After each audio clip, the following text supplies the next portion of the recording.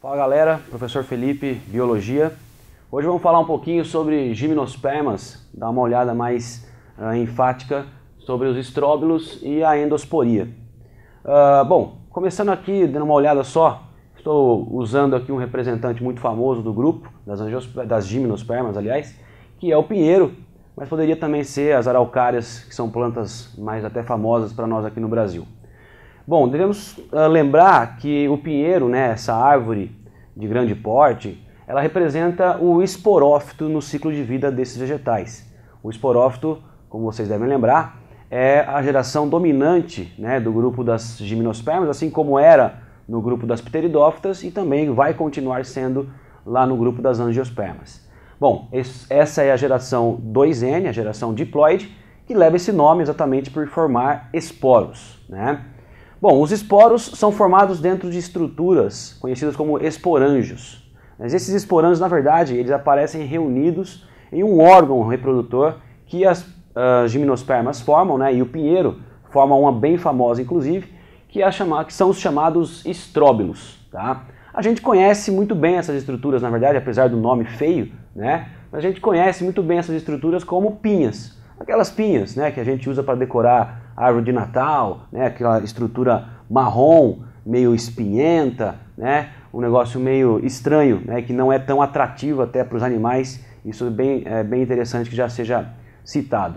Bom, aquelas pinhas elas têm sexos diferentes, apesar de as duas pinhas se formarem na mesma árvore, o pinheiro, né, a pinha feminina é aquela pinha maior, mais aberta, né, com as escamas mais abertas, e a pinha masculina é aquela pinha mais fechada, mais compacta, né, que na verdade não abre as suas escamas, elas ficam todas bem compactadas e demonstram uma estrutura um pouquinho menor.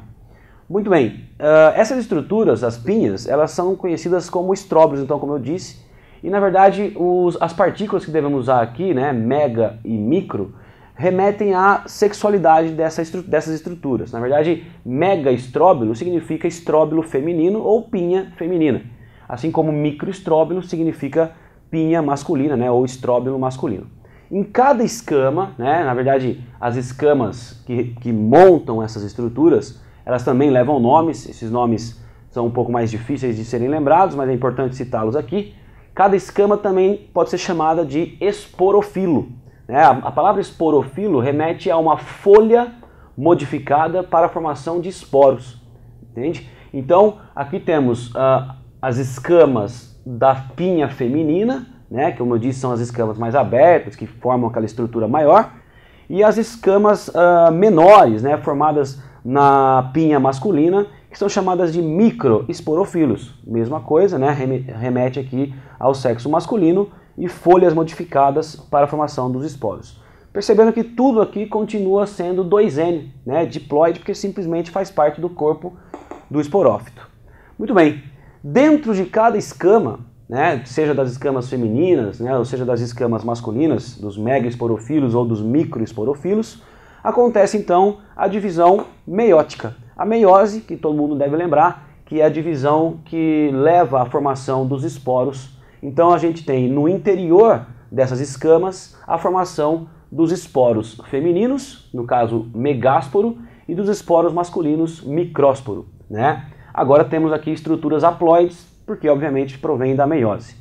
Muito bem, aqui o megásporo vai desenvolver um gametófito dentro dele, e o micrósporo, ou os micrósporos, também vão desenvolver um gametófito, né, dentro deles. Então, essa é a definição da palavra endosporia que está aqui em cima, né? O desenvolvimento de estruturas gametofíticas dentro dos esporos, ok?